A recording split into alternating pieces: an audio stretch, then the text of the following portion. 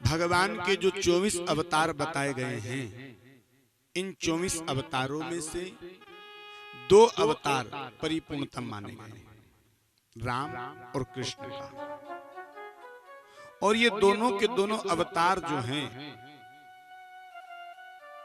वैसे तो दोनों ही अवतार भगवान के वंदनीय हैं, 24 अवतार भगवान के वंदनीय हैं, लेकिन राम और कृष्ण का जो अवतार है ये मानव चरित्र से कुछ ज्यादा ही संबंध रखते हैं, और इन दोनों में ज्यादा अंतर नहीं है, थोड़ा सा अंतर है। राम कृष्ण दो एक है, अंतर नहीं निमें, इनके नयन गंभीर है, उनके चपल विशेष। भगवान श्री राम के नेत्रों में गंभीरता है और प्यारे कृष्ण के नेत्रों में चपलता है, बस इतना ही अंतर है महाराज।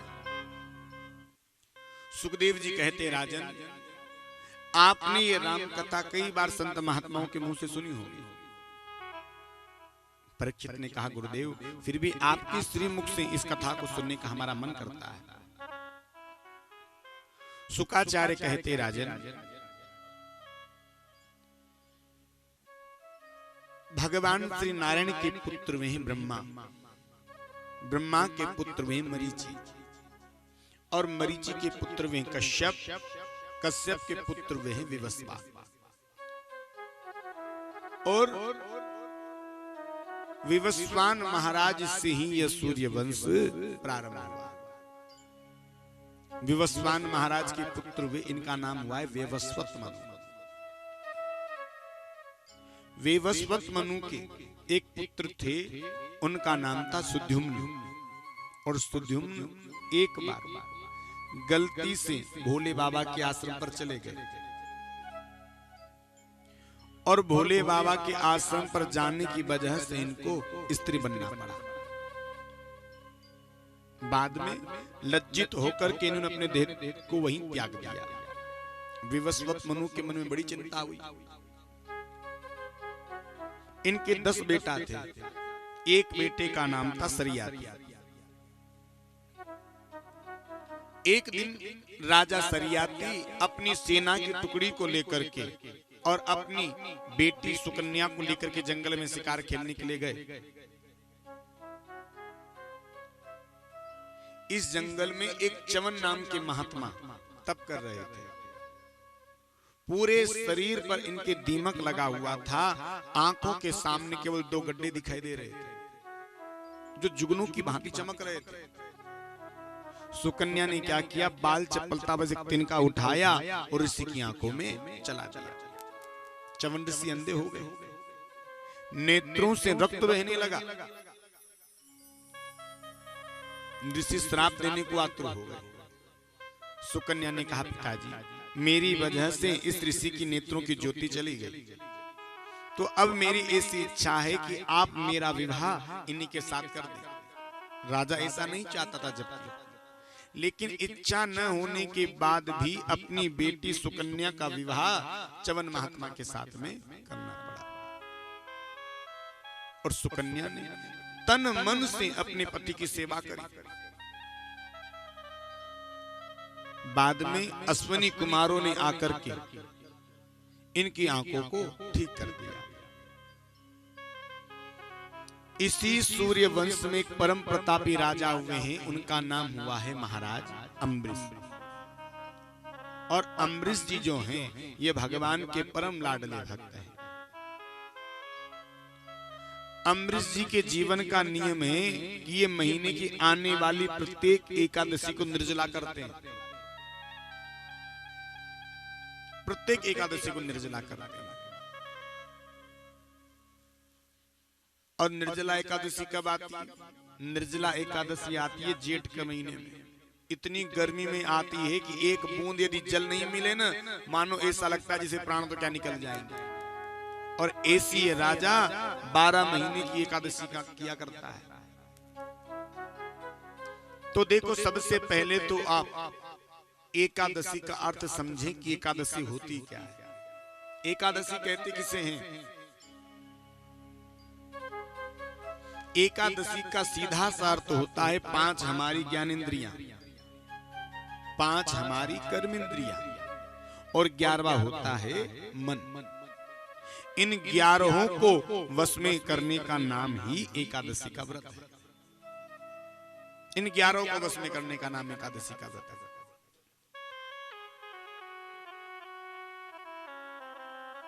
कहीं भूखे रहने का नाम एकादशी का व्रत नहीं है।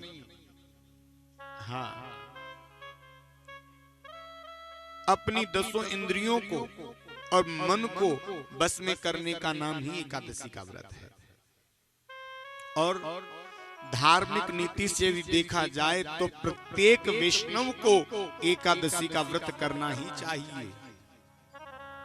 या तो राजी से एकादशी का व्रत कर लो, नहीं तो फिर डॉक्टर तो करवाते हैं आईसीयू में।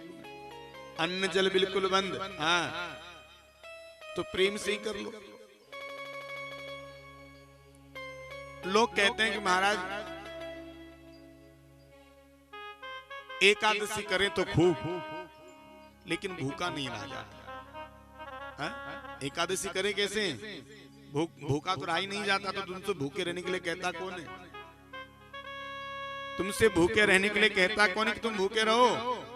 देखो, तुम तो बकरी की तरह चरो, पर एकादशी करो। हाँ, एकादशी करो। प्रत्येक वैष्णव का धर्म है एकादशी का व्रत करना।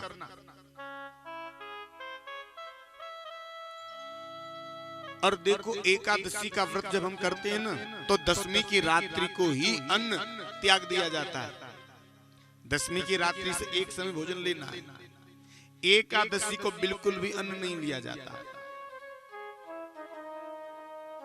और जिस दिन हम एकादशी का व्रत करते हैं, उस दिन हमें दूसरों की निंदा चुगली से, ईर्ष्या इत्यादि से हमें बहुत ज्यादा बचने का प्रयास करना चाहिए। जितना ज्यादा से ज्यादा हो उतना भगवान का भजन हमें करना चाहिए। अम्बरीश जी महाराज के आज एकादशी का व्रत है।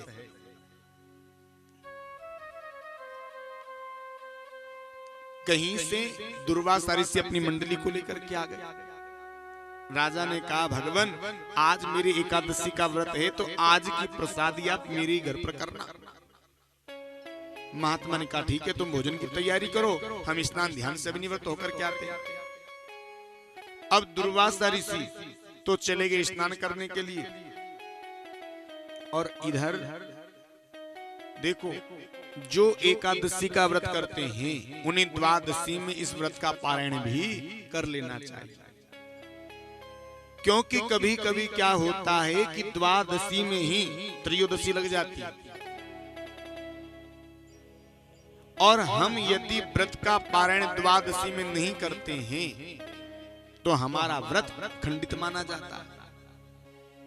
इसलिए व्रत का पारायण हमें द्वादशी में कर लेना चाहिए। और आज भी कुछ ऐसा ही था। आज कुछ घड़ी के बाद त्रयोदशी लगने वाली थी। ब्राह्मणों ने कहा, भगवान आप अपनी इस एकादशी के व्रत को पूर्ण करो। क्यों? क्योंकि कुछ घड़ी के बाद त्रयोदशी लग जाएगी, और आप यदि व्रत का पारण नहीं करेंगे तो आपका व्रत खंडित माना जाएगा। राजा ने कहा, नहीं नहीं, जब तक मैं ब्राह्मण को भोजन नहीं करवा दूंगा, मैं स्वयं अन्न जल ग्रहण नहीं करूंगा। ब्राह्मणों के कहने पर राजा अम्बरीश तुलसी दल से आचमन करने वाले थे।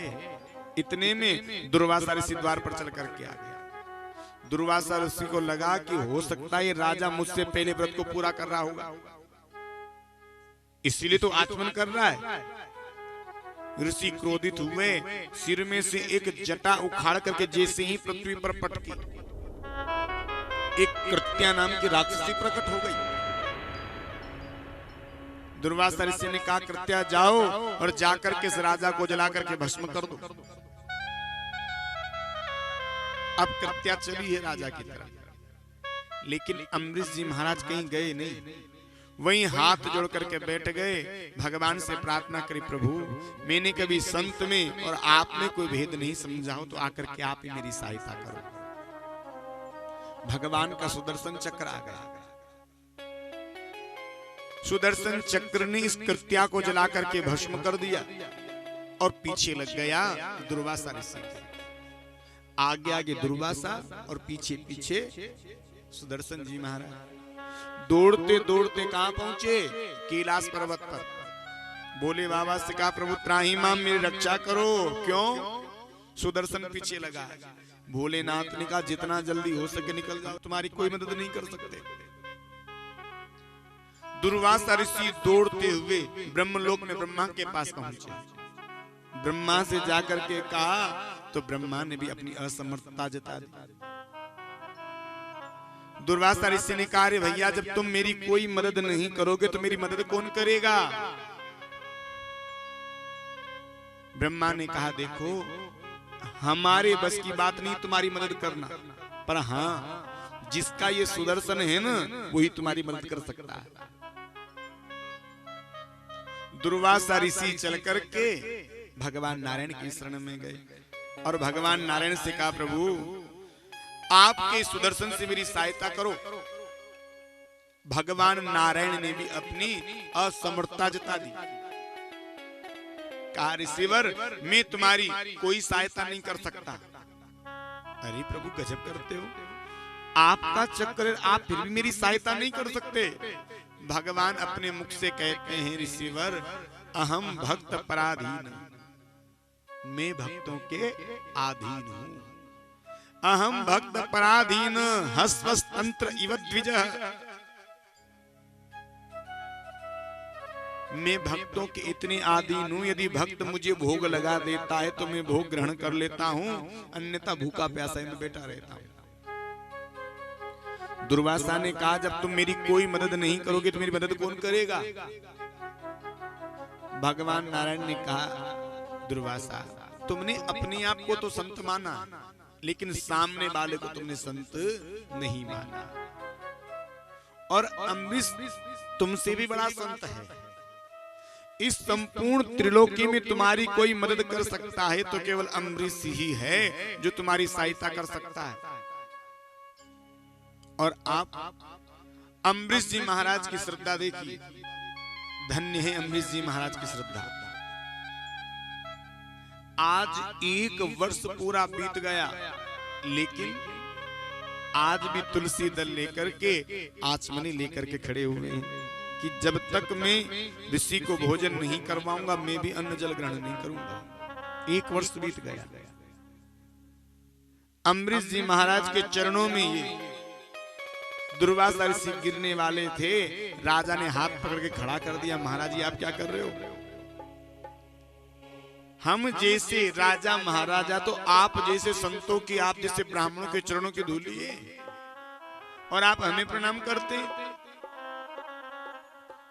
महात्मा ने कहा, राजन मुझसे बहुत बड़ी भूल हो गई, आप मेरी सुदर्शन से सहायता करो, अन्यथा इस सुदर्शन मुझे जला करके भस्म कर डालेगा।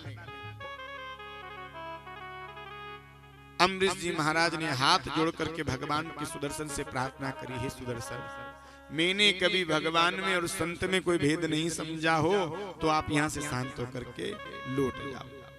और सुदर्शन जी यहाँ से शांत होकर के लौट गए। आज दुर्वासा ऋषि ने बड़े स्वादिष्ट भोजन ग्रहण किए और जैसे ही भगवान नारायण के भक्तों के प्रति दुर्वासा ने इस अनंत प्रेम को देखा ना, तो दुर्वासा ऋषि के नेत्र सजल हो गए। दुर्वासा ऋषि ने भोजन ग्रहण किया और भोजन ग्रहण करके अनंत आशीर्वाद दे करके यहां से चला गया। अब देखो सूर्य वंश की विशेषता रही कि अधिकांश राजाओं के यहाँ पर पुत्र यज्ञ के द्वारा ही उत्पन्न हुए, यज्ञ से ही बेटा बेटी हुए। और चंद्रवंश की एक विशेषता रही कि बिना झगड़े के किसी का विवाह नहीं हुआ। नहीं मानो तो आप चंद्रमा से लेकर के द्वारिकाधीश तक उठा करके देखो, अधिकांश राजाओं के विवाह झगड़े से हुए हैं। इसी सूर्य वंश में एक राजा हुए युवनाश। युवनाश राजा के कोई संतान नहीं थी। वशिष्ठ ऋषि से जाकर के प्रार्थना करी, गुरुदेव संतान नहीं है, क्या करें? तो ऋषि ने बड़ा सुंदर पुत्र कामना के लिए यज्ञ किया और यज्ञ के द्वारा जो अभिमंत्रित जल था उसको राजा को दे दिया। कहा राजन अपनी पत्नी को जाकर के खिला देना। राजा को रात्रि में प्यास लगी और राजा गलती से उसी जल का पान स्वयं कर गए। वशिष्ठ ने ध्यान लगा करके देखा, कहा राजन सब गड़बड़ हो गई भैया। क्यों? अरे इस जल को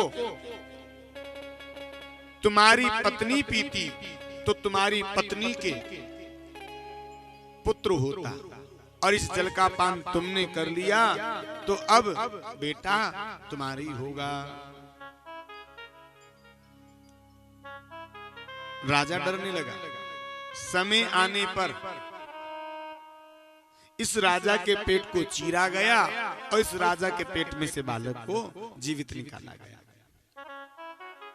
अब समस्या ये हो गई कि ये बालक दूध किसका पिएगा? इतने में इंद्र स्वर्ग से उतरे और इंद्र ने अपनी तर्जनी नाम की उंगली इस बालक के मुंह में दी और कहा कि ये आज से बालक मेरा दूध पान करेगा। इनका नाम हुआ है मानधाता। आगे में मुचकुंद, फिर वह त्रिवंधन, फिर वह त्रिशंकु और त्रिशंकु के बाद वह महाराज हरिश्चंद्र, जिन्होंने सत्य के पालन के लिए अपना सर्वस्व बलिदान कर दिया लेकिन सत्य का पीछा नहीं छोड़ा। इसी सूर्य वंश में एक राजा और हुए बाहु। ये परम प्रतापी राजा थे, हर प्रकार का आनंद था लेकिन कोई संतान नहीं थी। वशिष्ठ ऋषि ने पुत्र प्राप्ति के लिए यज्ञ किया और यज्ञ के द्वारा जो अभिमंत्रित चरु का प्रसाद था इसे राजा बाहु को दे दिया। कहा राजन अपनी पत्नी को खिला देना, निश्चित रूप से गर्भवती होगी। राजा इस खीर के प्रसाद को लेकर के अपने महलों में गए और अपनी छोटी छोटी पत्नी को ले जाकर के खीर का प्रसाद खिला दिया। अन्य रानियों ने सोचा कि अब पुत्र इनके होगा तो राजा इनसे ज्यादा प्रेम करेंगे, फिर हमसे प्रेम नहीं करने वाले। तो अन्य रानियों ने भोजन में जहर मिला करके उस छोटी रानी को खिला दिया। यही जिंदा नहीं बचेगी तो बेटा कहां से होगा? राजन की तो गड़बड़ हो गई।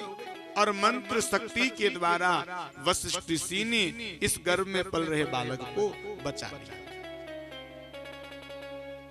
लेकिन इस बालक का जब जन्म हुआ, यह जहर इस बालक के सिर पर रखा हुआ आया। गर के सहित ये उत्पन्न हुए, इसलिए इनका नाम सगर पड़ा।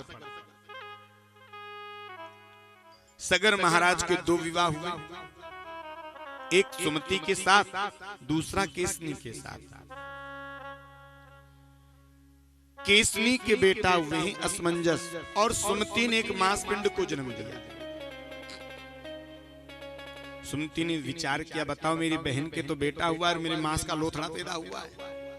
क्रोध में आकर के छोटे छोटे मांस के टुकड़े 60,000 कर दिए। वशिष्ठ ऋषि ने मंत्र शक्ति के द्वारा इन सभी को पुत्र रूप में परिणित कर दिया। सगर के बेटा हुए हैं 60,000। राजा सगर ने यज्ञ करने का संकल्प लिया और राजा सगर यज्ञ पर यज्ञ करते जा रहे हैं। यज्ञ पर यज्ञ जब करते जा रहे थे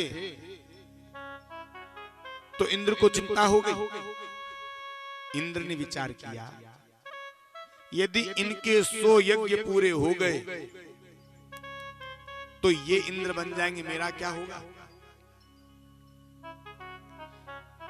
जब यज्ञ कर रहे थे तो इनके यज्ञ पशु को चुरा करके इंद्र ले गए और ले जाकर के कपिल महात्मा के आश्रम पर बांध दिया। सगर ने कहा, पुत्रों जाओ यज्ञ पशु को ढूंढ करके लाओ। सगर के 60,000 बेटा जब इस यज्ञ पशु को खोजते हुए गए तो कपिल मुनि की आश्रम पर यज्ञ पशु बंधा हुआ पाया। इन्होंने विचार किया यही चोर होगा जो अश्व को चुरा करके यहां समाधि लगा करके बैठा है। सगर के पुत्र इन्हीं को चोर समझ करके मारने के लिए दौड़े। कपिल मुनि की आंख खुली और दृष्टि पड़ते ही सगर के 60,000 बेटा भस्मी की ढेरी में परिणित हो गए। असमंजस ढूंढते हुए जब गए तो यज्ञ पशु को तो उन्होंने खोज लिया, पर विचार किया यदि मैं यज्ञ पशु को लेकर के चला गया तो मेरे भाइयों का क्या होगा। कपिल मुनि की प्रार्थना करी। कपिल मुनि से पूछा, भगवान क्या कभी हमारे भाई यहाँ आए थे? कपिल मुनि ने कहा, हाँ ये देखो जो भस्मी की ढेरियां पड़ी हुई यही तुम्हारे भाइयों की है। उनकी मुक्ति का उपाय पूछा। कहा, राजन यदि स्वर्ग से गंगा का जल आए और इनको स्पर्श हो जाए तो इनकी सद्गति हो सकती है।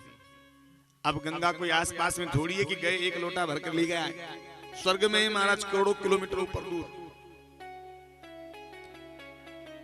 असमंजस के बाद अंशुमान हुए जिन्होंने गंगा को लाने के लिए बड़ी कठोर तपस्या करी लेकिन गंगा को नहीं ला पाए। उसके बाद दिलीप हुए। दिलीप ने भी गंगा को लाने के लिए बड़ी कठोर तपस्या करी लेकिन ये भी गंगा को नहीं ला पाए।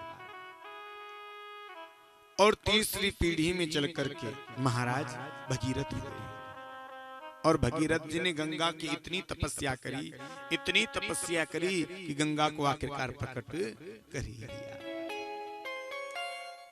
गंगा से कहा, मैया आप पृथ्वी पर चलो और हमारे जो पूर्वज हैं इनकी भस्मी की ढेरी का आप स्पर्श करो और उनको सद्गति प्रदान करो। 2-3 शर्तें मनवा करके गंगा ने आने के लिए प्रस्ताव रखा लेकिन कहा, भगीरथ मेरा बहाव इतना तेज है कि यदि मेरे बहाव को किसी ने नहीं रोका इस पृथ्वी को तोड़ करके सीधी रसातल में बैठ जाऊंगा, फिर समस्या हो जाएगी। भगीरथ ने भोले बाबा का ध्यान किया। भोले बाबा से कहा, प्रभु गंगा आना चाहती है लेकिन गंगा कहती है कि मेरे वेग को धारण कौन करेगा। भोलेनाथ ने कहा, अच्छा गंगा को इतना अभिमान है, जाओ कह दो गंगा से कि हम उसके वेग को धारण करेंगे। इधर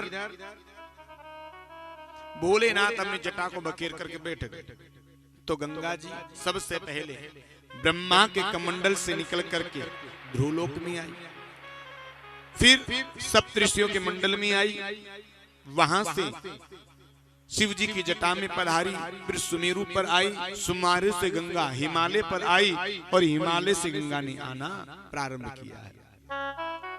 आगे आगे भगीरथ जी महाराज और पीछे पीछे गंगा चली आ रही है। बोले गंगे मैया की जय।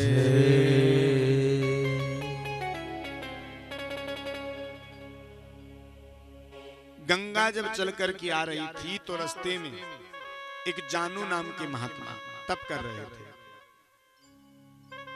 सोटा कमंडल सब रखे थे। गंगा का बहाव इतना तेज था कि ऋषि के सोटा कमंडल सबके सब बहा करके ले गए गंगा। ऋषि को बड़ा क्रोध आया, अरे इस गंगा को अपनी बहाव के ऊपर इतना अभिमान। एक चरु में गंगा को रखा और रख करके उसका पान कर गए। भगीरथ ने देखा, लो हमारी 3 पीढ़ियां हो गई और महात्मा ने एक ही चरु में पान कर लिया, बाबा कृपा करो। महात्मा ने विचार किया, यदि मैं गंगा को अपने मुंह से निकालता हूं तो गंगा झूठी मानी जाएगी। तो ऋषि ने अपनी जांग को चीर करके गंगा को प्रकट कर दिया। गंगा का यहाँ एक नाम जांगवीर गंगा भी हुआ है। बोली जांगवीर गंगा की जय। गंगा का जल आया और सगर के पुत्रों की भस्मी की ढेरी से जैसे इनका स्पर्श हुआ, इनकी आज सदगति हो गई। इसी वंश में आगे चल करके महापराक्रमी राजा खटवांग हुए, फिर दीर्घबाहु हुए और आगे चल करके महाराज रघु हुए। रघु की कीर्ति इतनी फैली, इतनी इनकी कीर्ति फैली कि सूर्यवंश जो था ये रघुवंश के नाम से ही जाना जाने लगा। अब इस सूर्यवंश का नाम रघुवंश पड़ गया और इसी रघुवंश में आगे चल करके महाराज अज हुए और अज के बेटा हुए महाराज दशरथ।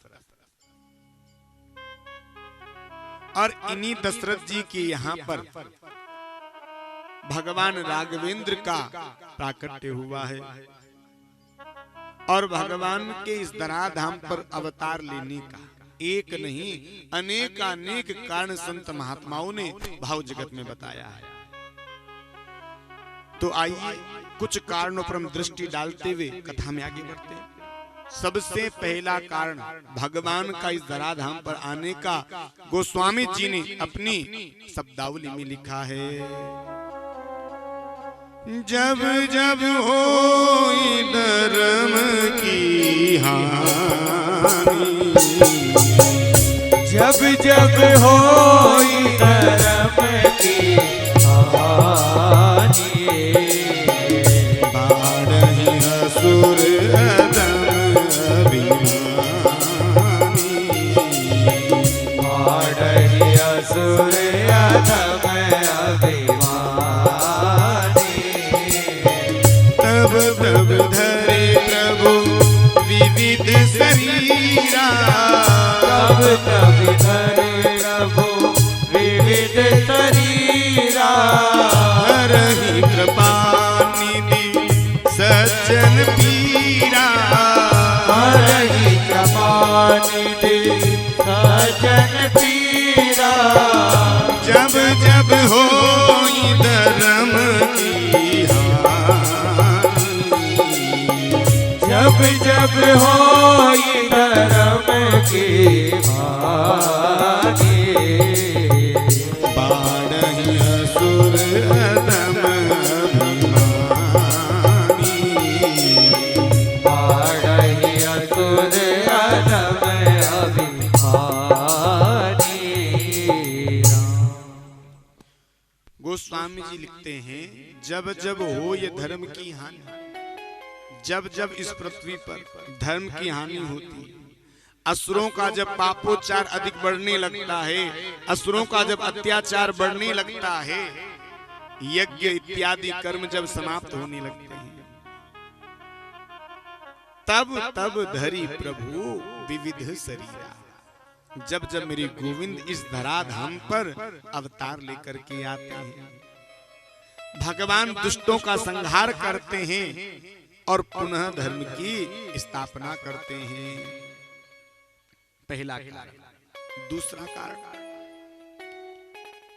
विप्र धेनु सुर संत हित लीन मनुज अवतार, भक्तों के लिए, विप्रों के लिए, गौ माता के लिए, संत महात्माओं के लिए मेरे प्रभु इस धराधाम पर मनुष्य का अवतार लेकर के आते हैं।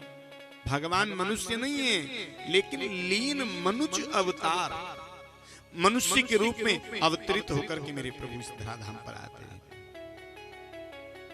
अगला कारण,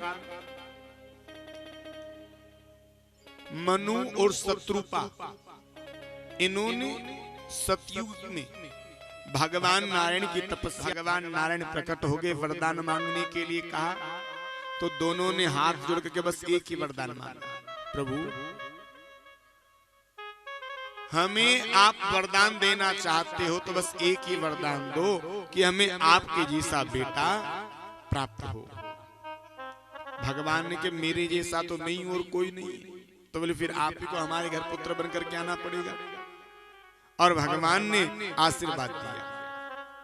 यही मनु महाराज चल करके त्रेता में कौन बनकर के आए? दशरथ। और इनकी पत्नी जो शत्रुपा हुई ये कौन बनी? कौशल्या। और मेरे प्रभु नारायण राम के रूप में अवतरित होकर के आए हैं। अगला कारण देवर्षि नारद का श्राप। एक बार देवर्षि नारद ने भगवान को श्राप दे दिया था, इस वजह से भगवान को अवतार लेना पड़ा। एक समय की घटना, मां पार्वती ने भोलेनाथ से पूछा, प्रभु किस कारण की वजह से भगवान ने मनुष्य का रूप धारण किया? ऐसा आप मुझे बताइए। लिखा है बाबा ने, नाथ धरे नर तन के ही है तू, नाथ धरे हो नर तन के ही है तू, नाथ धरे हो नर तन के ही है तू, नाथ धरे हो नर तन के है तू, नाथ धरे हो नर तन के ही है तू, नाथ धरे हो नर तन के है तू, मोहि समझाई बस के तू, मोहि समझाए करो बस के तू।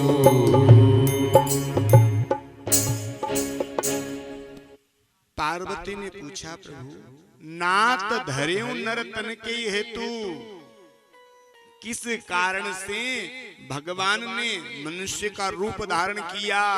मोहि समझाई कहे हूं वृष केतु। ऐसा पार्वती ने भोले बाबा को कहा। भोले बाबा ने कहा, तो देवी सुनो, नारद श्राप दिन एक बार, नारद श्राप एक बार, नारद श्राप दिन एक बार, नारद श्राप एक बार, नारद श्राप दिन एक बार, नारद श्राप तीन एक बारा, कल्प एक तेहि लगी अवतारा, कल्प एक तेहि लगी अवतारा। भोलेनाथ ने कहा, देवी सुनो, नारद श्राप दिन एक बारा। एक बार देवर्षि नारद ने भगवान को श्राप दे दिया। इसी वजह से भगवान को कल्प एक तेहि लगी अवतारा। इसीलिए मेरे प्रभु को अवतार लेकर के आना पड़ा है। जिस श्राप की बात को सुना तो पार्वती चकित रह गई, महाराज ऐसा कैसे हो सकता है?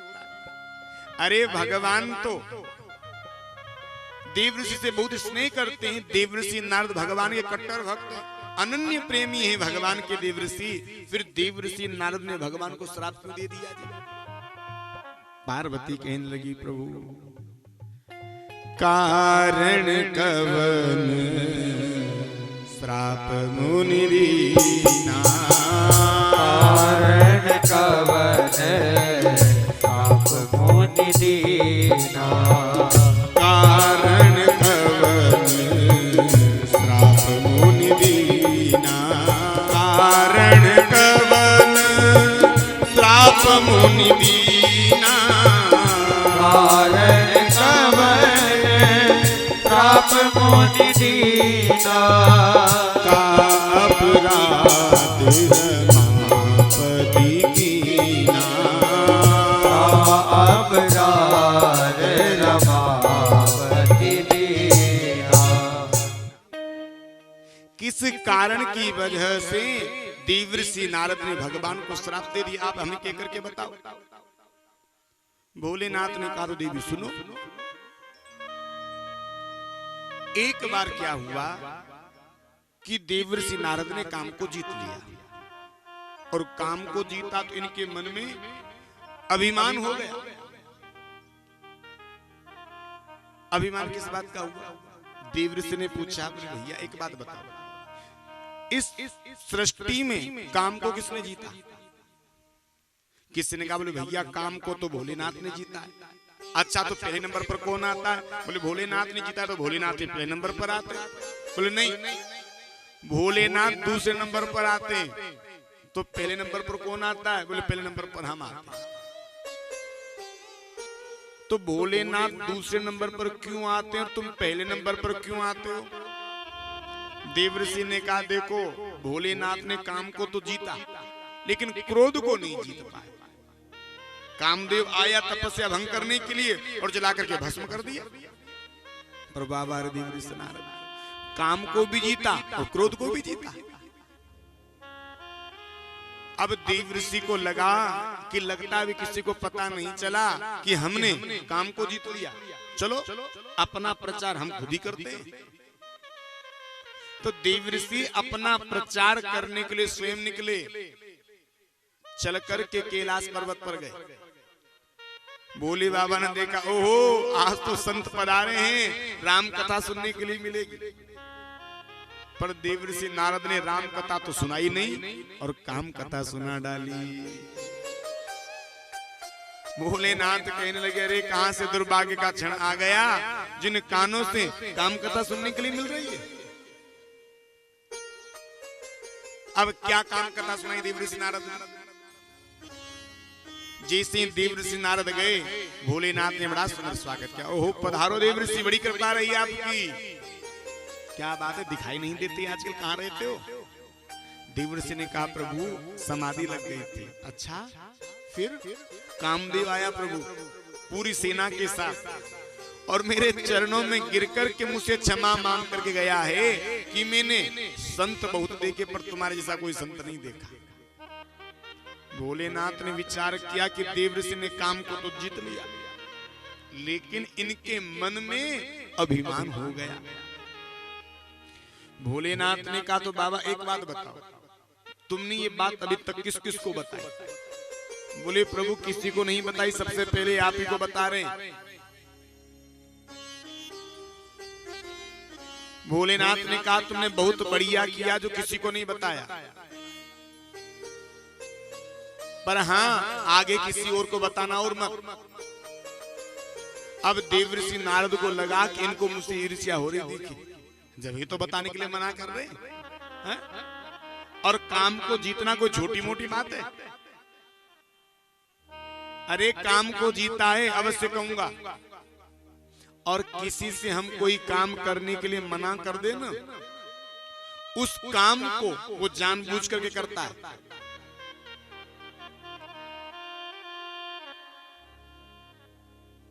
अब देवर्षि नारद ने सीधे यहां से दौड़ लगाई वैकुंठ के लिए। वैकुंठ भगवान नारायण श्रीमंत से सैया पर विराजमान थे।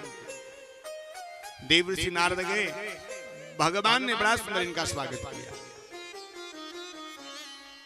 भगवान नारायण ने कहा, देवर्षि क्या बात है, कहाँ रहते हो, आते जाते नहीं हो, बड़े दिन हो गए आए हुए।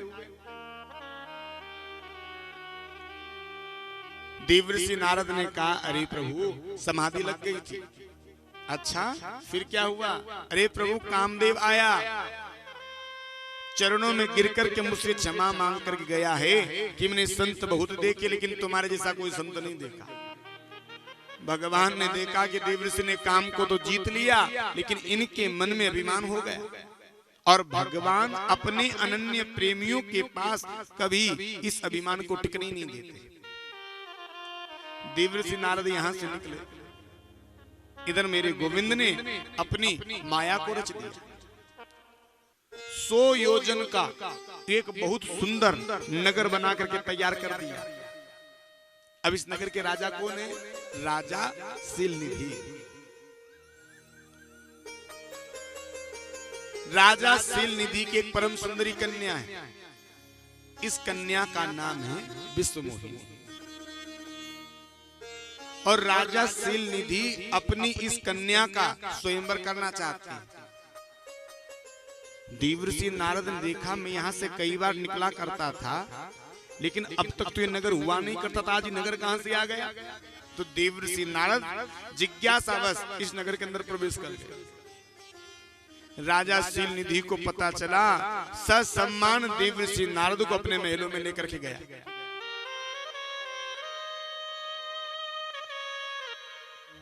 राजा शील निधि ने कहा, भगवान आप तो भूत वर्तमान भविष्य सब जानने वाले हैं, तो आप मेरी बेटी की हस्तरेखा देख करके बताओ ना, किसके हस्तरेखा में लिखा क्या है।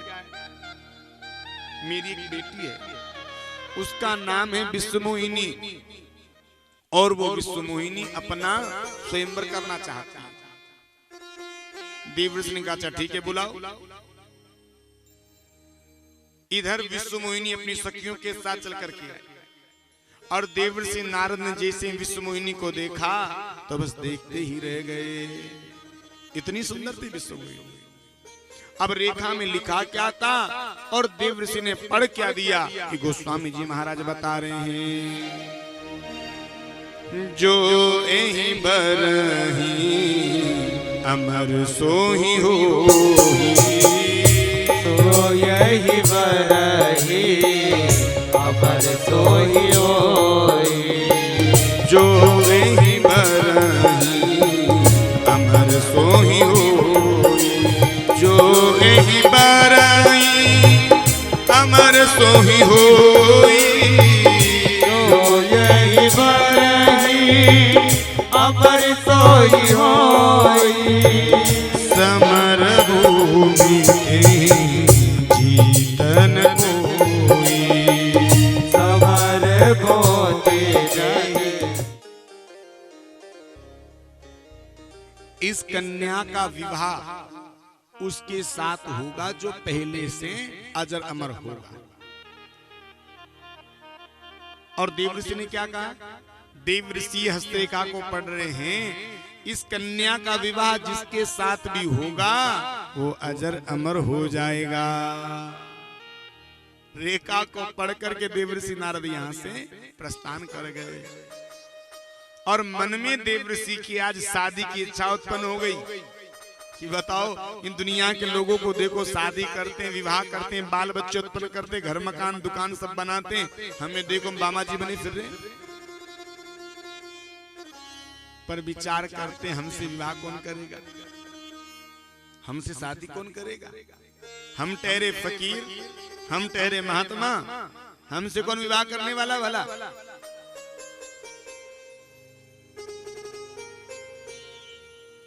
विचार किया कि इस दुनिया में भगवान से ज्यादा सुंदर और कोई नहीं। यदि भगवान का रूप मुझे मिल जाए तो काम बन सकता है। सोच रहे हैं कि भगवान तक जाएंगे और रूप लेकर के आएंगे, जब तक तो विश्वमोहिनी के 2-4 बाल गोपाल भी पैदा हो जाएंगे, तो भगवान को यहीं बुला लेते। और भगवान तो भक्तों के अधीन है, भगवान स्वयं कहते हैं। देवर्षि नारद ने भगवान का ध्यान किया और मेरे प्रभु चतुर्भुज रूप लेकर के यहीं प्रकट हो गए। भगवान ने कहा, कहो देवर्षि कैसे याद किया। देवर्षि नारद कहने लगे, प्रभु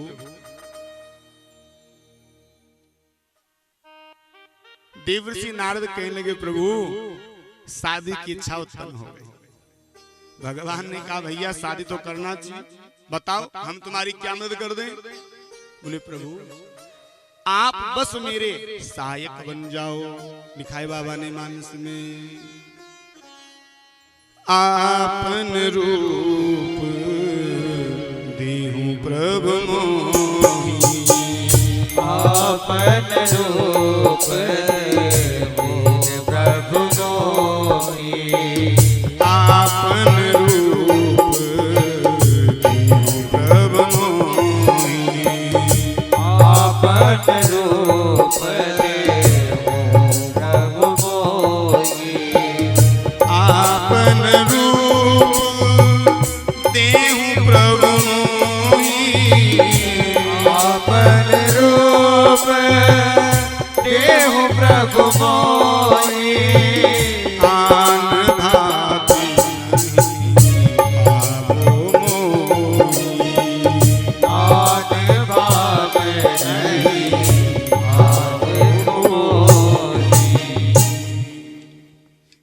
नारद ने क्या कहा, प्रभु आपन रूप देहूं प्रभु मोई, ये आपका रूप मुझे कुछ देर के लिए उधार दे दो। भगवान कहने के बाबा देवर्षि नारद, हैं? रूप हमारा और विवाह तुम्हारा, रूप हमारा और विवाह तुम्हारा। देवर्षि नारद हाथ जोड़ के कहने के प्रभु एक बात आप और सुनो। क्या? जही विधि नात हो ये हित मोरा, आप उसी काम को करना। किसको? जिसमें मेरा हित छुपा हुआ हो। क्यों करना? क्योंकि करहूं सो वेग दास में तोरा, मैं आपका दास हूं, आपका सेवक हूं। भगवान आप उसी काम को करना जिसमें मेरा हित हो, मेरा भला हो, मेरा अच्छा हो। अब भगवान को तो पता था कि देवर्षि का भला किसमें है, शादी करवाने में भला है या विवाह नहीं करवाने में भला है। तो देवर्षि ने भगवान से क्या कहा, तुम सम रूप हरि मुहि देऊ, हे हरि आपका ये सुंदर रूप मुझे प्रदान कर दीजिए। अब हरि बंदर को भी कहते हैं, हरि एक नाम बंदर का भी है। तो देवर्षि नारद बनने तो गए थे सुंदर, और मेरे प्रभु ने बना दिया बंदर। अब तो बंदर का रूप लेकर के फूल कर गुप्पा हो गई हूं। भगवान से रूप लेकर के आया हूं, तो माला मेरे गले में डलने वाली आज। देवर्षि नारद यहां से चल करके गए, विचार कर रहे हैं कौन सी लाइन में बैठूं। यदि मान लो मैं पीछे वाली लाइन में बैठ गया और विश्व मोहिनी को कोई पहली लाइन में पसंद आ गया, तो मैं तो बिना विवाह के रह जाऊंगा और भगवान स्वरूप जो लेकर के आया हूं। तो देवर्षि नारद पहली पंक्ति में आगे आगे जहां भगवान शंकर के दो गण बैठे थे उनके मध्य में जाकर के बैठ गए, यूं तन करके बैठे। क्यों? माला अपने ही गले में डलने वाली। और जितने भी राजा महाराजा यहाँ आए हुए थे, इन सबको देवर्षि नारद के रूप में नजर आ रहे। लेकिन जो भोलेनाथ के गण थे, इनको देवर्षि बंदर के रूप में नजर आ रहे हैं। अब दोनों के दोनों इस बंदर के रूप को देख करके बड़े प्रसन्न हो रहे, बड़े मुस्कुरा रहे, बड़े हंस रहे। देवर्षि ने कहा, क्या बात है, तुम हमें देखकर क्यों मुस्कुरा रहे हो? अरे नहीं नहीं महाराज, बस। अरे नहीं नहीं, कहो क्या आप भी विवाह करने आए हैं? अरे नहीं, तो स्वयंवर में हम क्या लेने आए, विवाह करने आए। दोनों कहने लगे, महाराज हो न हो, माला तो आज आप ही गले में डलने वाली। अब देवर्षि ने सच समझा। देवर्षि और तन करके बैठ गए, लोग मेरे सौंदर्य की प्रशंसा करें मेरे पड़ोसी। अब विश्व मोहिनी आई। देवर्षि की क्या बात करें, जिस लाइन में देवर्षि नारद बैठे थे, पूरी की पूरी लाइन की तरफ ही देवर्षि उसने आज विश्व मोहिनी नहीं देखा। माला लेकर के आगे चली गई। देवर्षि तो ऊंचे हो करके देखने लगे, अरे ये कहां चली, हम तो यहाँ बैठे। भोलेनाथ के गण कहने लगे, महाराज रुको तो सही। अरे देखने गई है स्वयंवर में कौन कौन राजा आए, कौन कौन महाराजा आए। पर हाँ निश्चिंत रहिए, माला आप ही के गले में डलने वाली है। देवर्षि नारद और तन करके बैठ गए। इसी स्वयंवर में भगवान नारायण एक राजा का रूप लेकर के आए हुए थे। विश्व मोहिनी देखती जा रही, ये भी ठीक नहीं, ये भी ठीक नहीं, ये भी ठीक नहीं।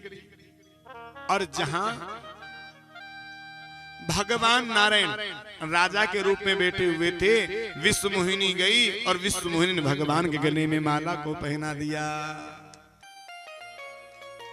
जैसे ही भगवान के गले में माला डली, देवर्षि नारद कहने लगे, अरे ये रॉन्ग नंबर कैसे लग गया, हम तो यहां बैठे। अब भोलेनाथ के गण कहने लगे, महाराज बड़े आए ब्याह करने वाले, जरा जल में जाकर के चेहरा तो देखो। और जैसे जल में जाकर के चेहरा देखा तो बंदर का रूप नजर आ गया। अब देवर्षि नारद से रहा नहीं गया। देवर्षि नारद पवन के वेग से उड़ते हुए गए और भगवान के समक्ष जाकर खड़े हो गए। भगवान एक तरफ तो विश्व मोहिनी बैठी, एक तरफ लक्ष्मी बेटी है और दोनों को लेकर के चले जा रहे हैं। देवऋषि ने कहा प्रभु जय हो आपकी। अरे मेरे तो एक ना हुंदियो, खुद दो दो को लेकर के घूम रहे हो। आज देवऋषि नारद भगवान को भला बुरा कहने लगे। अपशब्द पर अपशब्द भगवान को देवऋषि कहने लगे। लक्ष्मी ने कहा प्रभु बताओ, देवऋषि आपका दास है, आपका सेवक है, आपका भक्त है और आपको भला बुरा कह रहा है, आप कुछ कहते क्यों नहीं? भगवान ने कहा लक्ष्मी, इसके मुंह से प्रशंसा मैंने कई बार सुनी, स्तुति कई बार सुनी है, लेकिन अब शब्द सुनने का मौका आज पहली बार मिला है। जी भर के कहने दो। देवऋषि नारद ने भगवान से कहा प्रभु सावधान, मैं आपको श्राप दे रहा हूं, आप मेरे श्राप को स्वीकार करो, अन्यथा मैं अपने पंचभौतिक शरीर को यहीं त्याग दूंगा। देवऋषि नारद ने भगवान को श्राप दिया, प्रभु मेरा श्राप है कि जो मनुष्य का रूप आपने आज बना रखा है, यही मनुष्य का रूप आपको एक दिन बनाना पड़ेगा। और जैसे पत्नी के वियोग में आज मैं तड़प रहा हूँ, मेरा श्राप है कि पत्नी के वियोग में आपको भी एक दिन ऐसे ही तड़पना पड़ेगा। और साथ ही साथ देवऋषि ने भगवान को उपचार भी बता दिया। प्रभु इस संपूर्ण पृथ्वी पर आपकी कोई भी मदद नहीं करेगा, तो अंत में हम बंदर ही आकर के आपकी सहायता भी करेंगे। अरे कंजूसो, ताली बजाने में क्यों कंजूसी करते हो? तालियां ऐसे बजाती नहीं यूं। यदि मक्खी भी बीच में आ जाए ना, तो मक्खी भी खेर मना, ठीक है बच गई।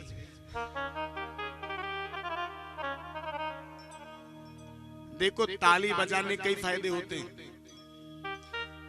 एक बार चलती कथा में पूज्य बात डोंगरे जी महाराज से किसी ने पूछ लिया, महाराज जी आप ये भजन में ताली बजवाते हो, कीर्तन में ताली बजवाते हो, कथा में ताली बजवाई जाती है।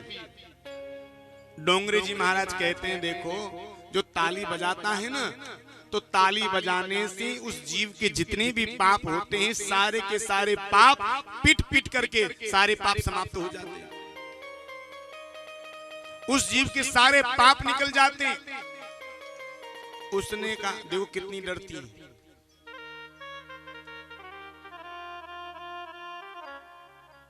उस व्यक्ति ने कहा महाराज एक बात बताओ, ये पाप निकल तो जाते हैं, लेकिन ये पाप निकल करके जाते कहाँ हैं?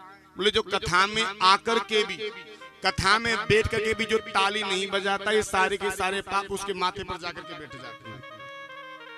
अब ध्यान से देखना, तुम्हारी पड़ोसन जितनी ज्यादा जोर से ठोके, तुम उससे ज्यादा जोर से ठोकना। हाँ बोले भक्तों भगवान की जय। एक कारण ये भी बताते हैं, राम कथा बहुत सुंदर है महाराज। कैसी राम कथा? गोस्वामी जी बड़ा सुंदर मानस में वर्णन करते हैं। राम कथा सुंदर करतारी, राम कथा सुंदर करतारी, राम कथा सुंदर करतारी, करतारी, राम कथा सुंदर करतारी, राम कथा सुंदर करतारी, संशय वियोग उड़ावनहारी। कैसी है राम कथा? चौपाई कह रही है राम कथा सुंदर। कैसी है? सुंदर है। और क्या करती है? संशय मिटावन हारी। जितने हमारे मन के जो संदेह है ना, इन सभी संदेहों को मिटाने वाली है। प्रश्न नहीं है जिस प्रश्न का हल राम कथा के भीतर नहीं हो। प्रत्येक प्रश्न का उत्तर राम कथा में छिपा हुआ है महाराज। क्योंकि मानव के जीवन से जो सबसे ज्यादा निकट संबंध रखती है वो ये राम कथा है। ये राम कथा हमें जीना सिखाती है। राम कथा हमें इस जीवन को जीने का तरीका सिखाती है। यदि दो भाइयों में कैसा प्रेम होना चाहिए ये सीखना है तो रामचरितमानस से सीखो। सास और बहू में कैसा संबंध होना चाहिए यदि ये कुछ सीखना है तो राम कथा से सीखो। पिता और पुत्र का कैसा संबंध होना चाहिए ये हमें राम कथा से सीखना चाहिए। राम कथा बहुत सुंदर है। आपके प्रत्येक प्रश्न का उत्तर इस राम कथा में छिपा हुआ है, लेकिन उत्तर मिलेगा कब? जब पढ़ेंगे, जभी तो मिलेगा ना, या बिना पढ़े मिल जाएगा?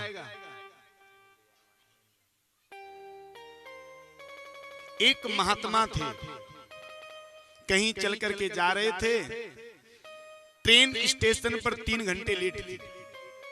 महात्मा स्टेशन पर ट्रेन का इंतजार करने लगे। महात्मा ने अपनी झोली में से रामचरितमानस का गुटका निकाला, उसको वहीं पढ़ने लगा।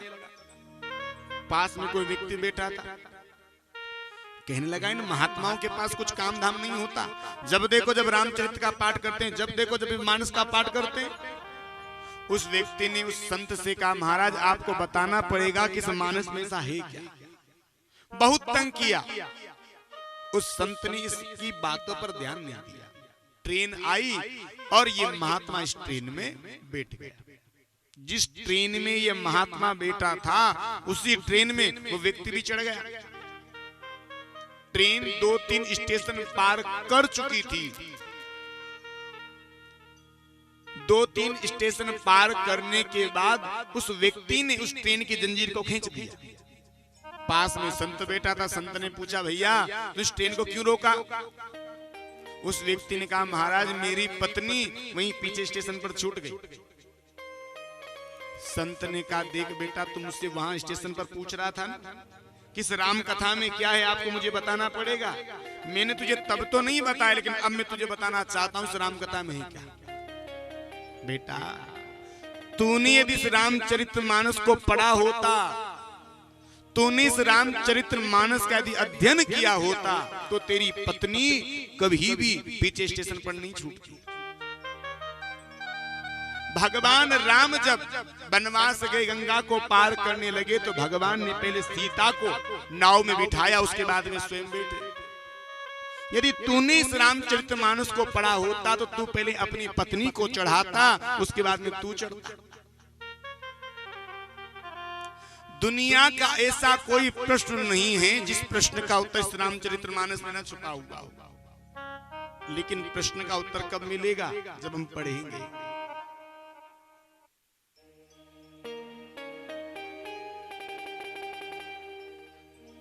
आज रावण के पापोच्चार से ये पृथ्वी बहुत दुखी है।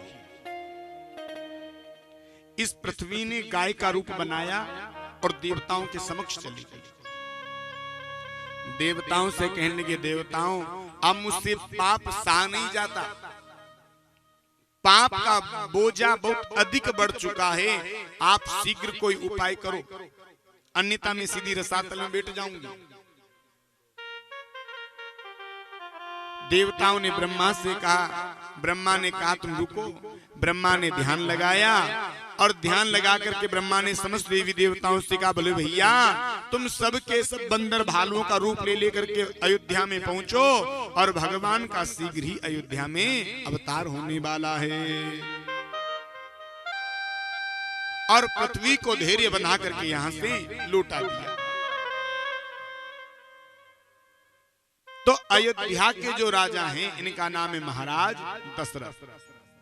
और महाराज दशरथ के 3 पत्नियां हैं, लेकिन संतान किसी के नहीं है। और गोस्वामी जी ने बड़ी सुंदर और मार्मिक चौपाई को यहाँ पर रामचरितमानस में लिखा है। एक बार भूपति मन माही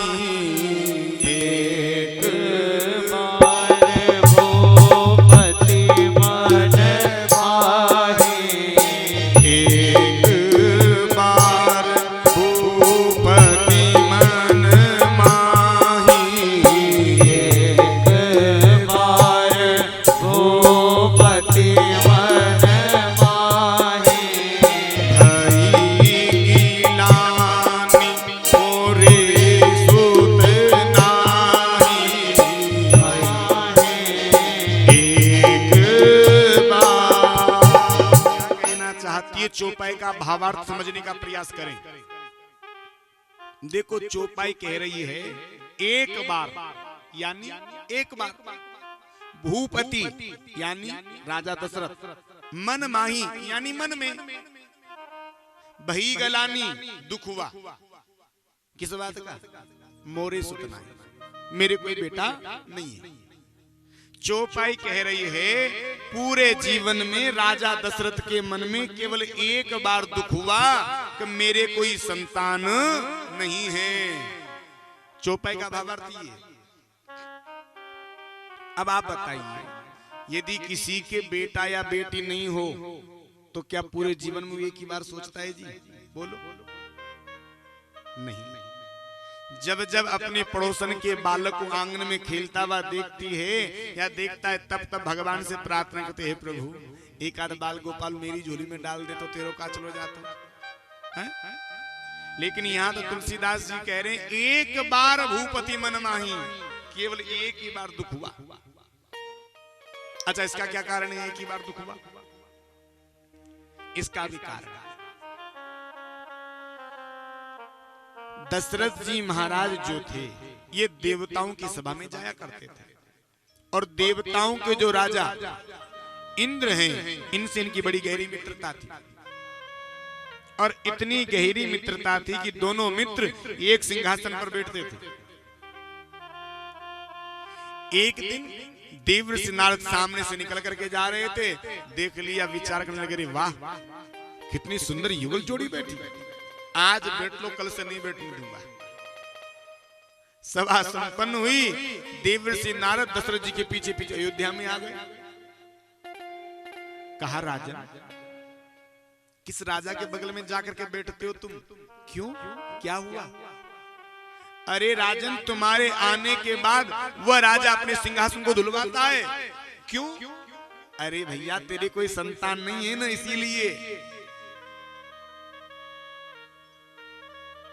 लीला रच करके पुनः स्वर्ग पहुंच गए।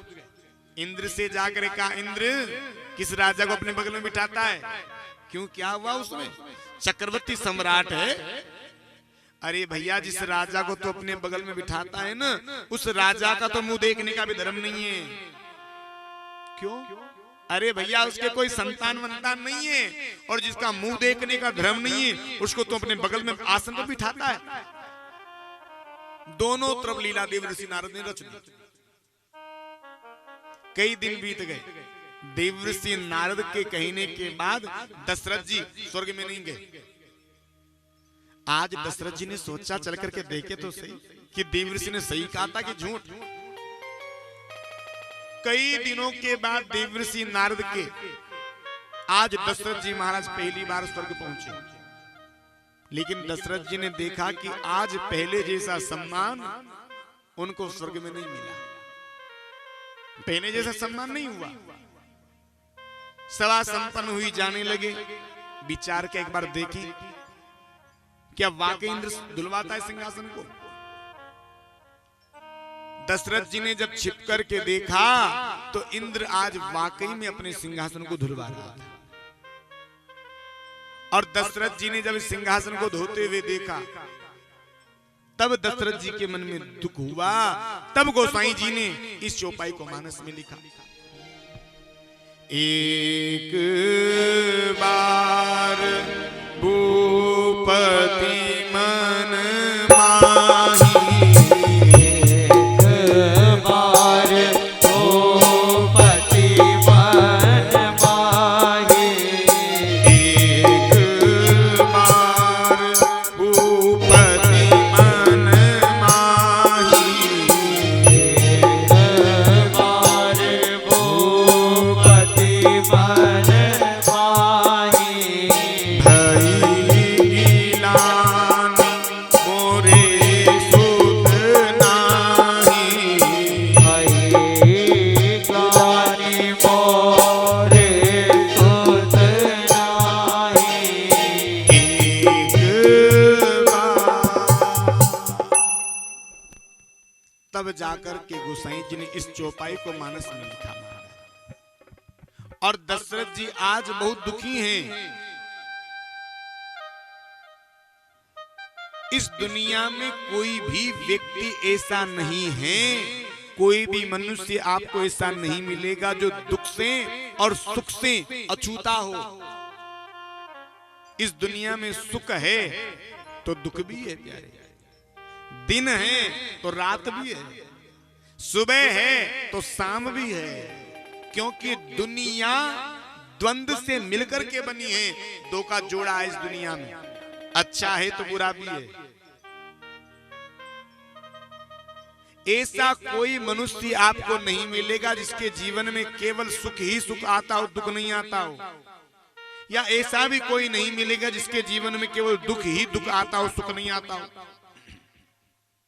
सुख और दुख दोनों का जोड़ा है। लेकिन जब हमारे जीवन में दुख आता है, हम क्या करते हैं? अपने दुख को किसको सुनाते हैं? बोलो। हमारे जीवन में जब बुरा समय आता है, जब दुख आता है, हम अपने दुख को अपने पड़ोसी को जाकर के सुनाते हैं। हम अपने दुख को अपने संबंधियों को जाकर के सुनाते हैं। हम अपने दुखड़े को अपने मित्र के सामने गाते हैं। बोलो हाँ जी कन्ना जी। लेकिन जिसे तुम अपना स्नेही समझ करके, जिसे तुम अपना परम सखा, परम सहेली समझ करके अपना टुकड़ा रो करके आती हो ना, तुम्हारे जाने के बाद वही तुम्हारी मजाक उड़ाती नजर आती। लो अभी आई थी, बेटे का रोना रो कर गई मेरे पास। बताओ, जिसे तुम अपना समझ करके अपना दुख रो करके आई, जिसने मीठे बन बन के तुमसे सारा दुख सुन लिया, तुम्हारे जाने के बाद वही तुम्हारे दुख का मजाक उड़ाती नजर आई। ये दुनिया ऐसी है प्यारे। ये दुनिया जो है ना, दुधारी तलवार है, बिन पेंदे की लोटा है दुनिया। ये दुनिया आज तक किसी की नहीं हुई जो हमारी क्या होगी। ये दुनिया राम जी की नहीं हुई, दुनिया ने राम जी को नहीं छोड़ा तो आपको हमको क्या छोड़ेगी प्यारे।